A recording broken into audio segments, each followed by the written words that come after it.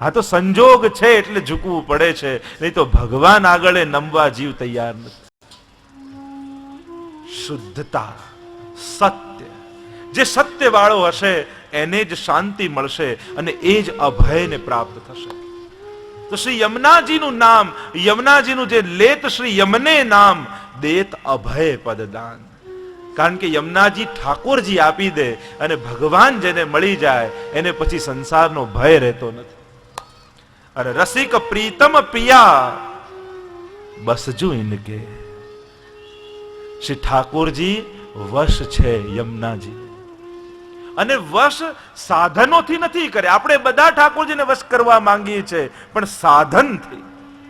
યમુનાજીએ સેવાથી વશ કર્યા છે. પુષ્ટિ માર્ગ અને મર્યાદા માર્ગમાં આ જ ફરક છે. મર્યાદા માર્ગ એટલે સાધન દ્વારા પ્રભુને વશ કરવા, અને પુષ્ટિ માર્ગ એટલે સેવા દ્વારા વશ કરવા, સેવા દ્વારા આધીન કરી લેવા. જેમ આપણે ત્યાં કોઈ કામ વાળો રહેતો હોય અને એટલું બધું આપણને સાચવતો હોય, સવારે ઉઠતાથી લઈને સાંજ સુધી દવાનું ધ્યાન રાખે, જમવાનું ધ્યાન રાખે, ઉઠાડવાનું, સુવાડવાનું, પથારીનું એટલું બધું ધ્યાન રાખે. આપણે ત્યાં ચાકર હોય એ, અને પછી એ બહારગામ જતો રહે તો ઉઠીએ ત્યારથી એને યાદ કરીએ અને સૂતા યાદ કરીએ, જલ્દી આવી જાય તો સારું.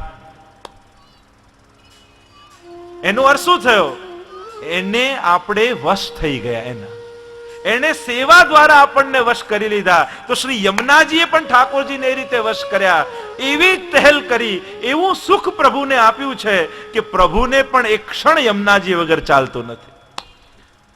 રસિક પ્રીતમ પિયા વસજુ ઇનકે. અને પ્રભુને વશ કરવાનો આ જ ઉપાય. વશીકરણ મંત્ર આ દયારામભાઈએ પણ આપ્યો છે. પેલું નહીં, વાર્તા સાહિત્યમાં આવે છે કે પેલી રાણીએ પૂછ્યું કે રાજાને વશ કરવાનો કંઈક મંત્ર લખી આપો ને. ગુસાઈજીને કહ્યું, અને ગુસાઈજી એક તાવીજ બનાવીને આપી દીધું, અને રાજા તો આધીન થઈ ગયો. અને બીજી રાણીઓને ઈર્ષા થવા લાગી કે આ રાજા રાણીને આધીન થઈ ગયો, એને એના ગુરુ પાસે કઈ તાવીજ બનાવ્યું છે, રાજાને ચડાવ્યા અને આપને વશ કરી લીધા છે. રાજા આવ્યા રાણી પાસે ને કહ્યું કે હું શું સાંભળું છું, તે મને જે તાવીજ પહેરાયું છે એમાં કઈ તે ટોટકા કર્યો છે, કંઈક મોહ કર્યો છે.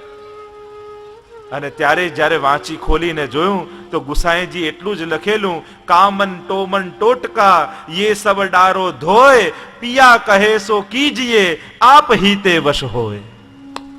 ગુસાઈજી તો એટલું જ લખેલું, આ કામન ટોમન ટોટકા એ તો બધું ધોઈને નાખી દો. વશીકરણનો એક જ મંત્ર છે, પિયા કહે સો કીજીએ આપ હી તે વશ હોય. એની આજ્ઞામાં રહેવું અને એના સુખનો વિચાર કરશો તો પ્રભુ આપમેળે વશ થશે. પ્રભુને વશ કરવાનો એક જ ઉપાય, અને એ છે સેવા. અને સેવા એ કોઈ પ્રવૃત્તિનું નામ નથી, સેવા એ વૃત્તિનું નામ છે. આપણે બધા સેવાને એક કર્મ માનીએ, એક પ્રવૃત્તિ ગણીએ છીએ. સેવા એ પ્રવૃત્તિ નથી. સેવા એ તો હૃદયમાં રહેલી વૃત્તિ છે જે આ રીતે પ્રગટ થાય છે. જે આપણે સેવા કરીએ છીએ, જે આચરણ કરીએ છીએ, જગાઈએ, પોઢાઈએ, શિંગાર કરીએ, ભોગ ધરીએ, યશોદાજી નહીં ભાવના કરીને ઠાકોરજીને લાલ લડાવીએ, એ તો હૃદયમાં રહેલા પ્રેમનું પ્રગટીકરણ છે. બાકી સેવા એ તો મનની વૃત્તિનું નામ છે. સેવામય વૃત્તિ હોવી જોઈએ. અને જેની સેવામય વૃત્તિ છે એને સેવા ગોતવા નથી જવી પડતી, એને તો બધે સેવા મળી જાય છે. ઘણા લોકો એવા આયોજનમાં બેઠક, યાત્રાઓમાં ઉભા જ રહે, અમને તો ક્યાં કોઈએ કીધું છે કઈ સેવા કરવાનું. તો એવાને ક્યારે સેવા મળતી નથી. સેવા તો જ્યાં દેખાય ત્યાં ગોતી લે એ વૈષ્ણવ. પુષ્ટિ વૈષ્ણવ એ જ જેની નજર સેવા ગોતતી હોય, જેની દ્રષ્ટિ સેવા ગોતતી હોય. સેવા તો શોધી લેવાની, કોઈને કહેવાની રાહ નહીં જોવાની. સેવા એ વૃત્તિનું નામ છે. સેવામય વૃત્તિ હોવી જોઈએ, અને સેવા દ્વારા આપણે પ્રભુને વશ કરવાના છે, સાધન દ્વારા નહીં. કારણ કે સાધન દ્વારા પ્રભુ ક્યારે વશ થતા નથી. નહીં સાધન સંપત્ત્યા હરિતુષ્યતિ કશ્યચિત ભક્તાનામ દૈન્યમેવૈકમ હરિતોષણ સાધનમ. પંચાધ્યાયીમાં કારિકા લખી મહાપ્રભુજીએ, ક્યારે કોઈ પણ સાધન દ્વારા પ્રભુ વશ થતા નથી. કેવલ સેવા અને દીનતા દ્વારા પ્રભુ વશ થાય છે. તો પ્રભુને વશ કરવાનો ઉપાય એમની સેવા. તો લેત શ્રી યમને નામ દેત અભય પદ દાન રસિક પ્રીતમ પિયા બસજુ ઇનકે. અને આમ કહી દ્વિતીય પદને વિરામ આપ્યો. આજે પલનાનંદ મહોત્સવનો પણ આપણે આનંદ કરવાનો છે, ઉત્સવ કરવાનો છે આજે. તો હમણાં નંદ મહોત્સવનો ક્રમ ઉત્સવ આપણે કરીશું.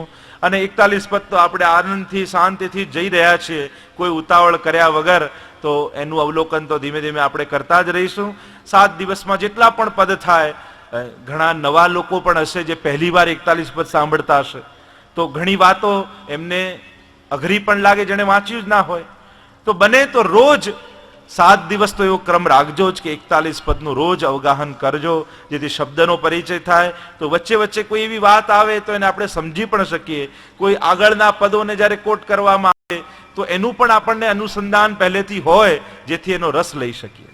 તો 41 પદ શ્રી યમુનાજી અને યમુનાજીનો પ્રવાહ છે.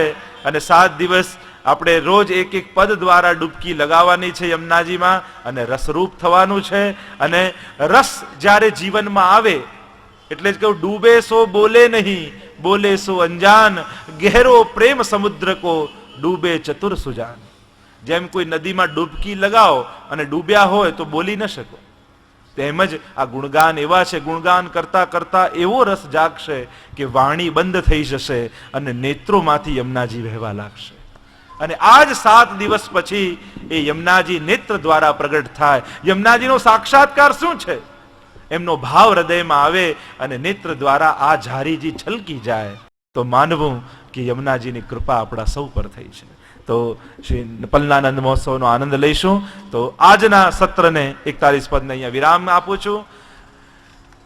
અને વિરામ કરતા કાલે એ જ 3:30 થી ક્રમ રહેશે. કાલે જેમ કહ્યું હતું, જેમ પુષ્ટિ દર્શન આપણું દ્વિમાસિક, એનું 5મો 6ઠ્ઠો અંક જે વિશેષાંક છે એ ટૂંક જ સમયમાં તમને મળી જશે. અને જે નવા થશે એને અહીંયાથી જ પ્રાપ્ત થશે. તો એનું છે નૈમિષારણ્ય, જે 88,000 ઋષિઓની, પધરાઈ દો પલ્લવ, 88,000 ઋષિઓની જે તપસ્થલી છે, શ્રી મહાપ્રભુના જ્યાં બેઠકજી છે, એ નૈમિષારણ્યમાં ભાગવત કથાનું દિવ્ય આયોજન 9 ફેબ્રુઆરીથી 15 અને 15 તારીખથી અડેલ, ચરણાટ, અયોધ્યા આદિની બેઠક યાત્રા. તો એમાં પણ હવે ટિકિટ બારી પણ ખુલી ગઈ છે. એટલે આપ લોકો શીઘ્ર રીતે ત્યાં ટિકિટનું બુકિંગ કરાવી લો તો ત્યાંની અનુકૂળતા રહે. તો ઘણા લોકો જોડાઈ ચૂક્યા છે. તો આપ સૌ એમાં લાભ લેવા માટે હું આપને આમંત્રિત કરું છું. એટલું જ કહી મારી વાણીને વિરામ આપું છું. શ્રી કૃષ્ણ કનૈયા લાલ કી જય, શ્રી ગોવર્ધન નાથ કી જય, શ્યામ સુંદર શ્રી યમને મહારાણી કી જય, ગોપાલ લાલ પ્યારે કી જય. જય કનૈયા લાલ કી. નંદ ઘેરા નંદ भयो જય કનૈયા લાલ કી. નંદ ઘેરા નંદ भयो જય કનૈયા લાલ કી. વ્રજ में આનંદ भयो જય કનૈયા. આરતીનો ક્રમ નંદ મહોત્સવ બાદ રહેશે. અહીંયા બી આરતી થશે અને લોટીજીની પણ આરતી થશે. તો આરતીના મનોરથીઓ ખાસ ધ્યાન રાખે.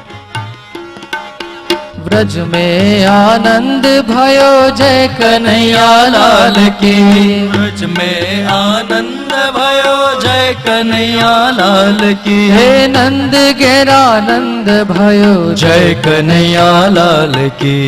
નંદ ઘેરા નંદ भयो જય કનૈયા લાલ કી. વ્રજ में આનંદ भयो જય કનૈયા લાલ કી. વ્રજ में આનંદ भयो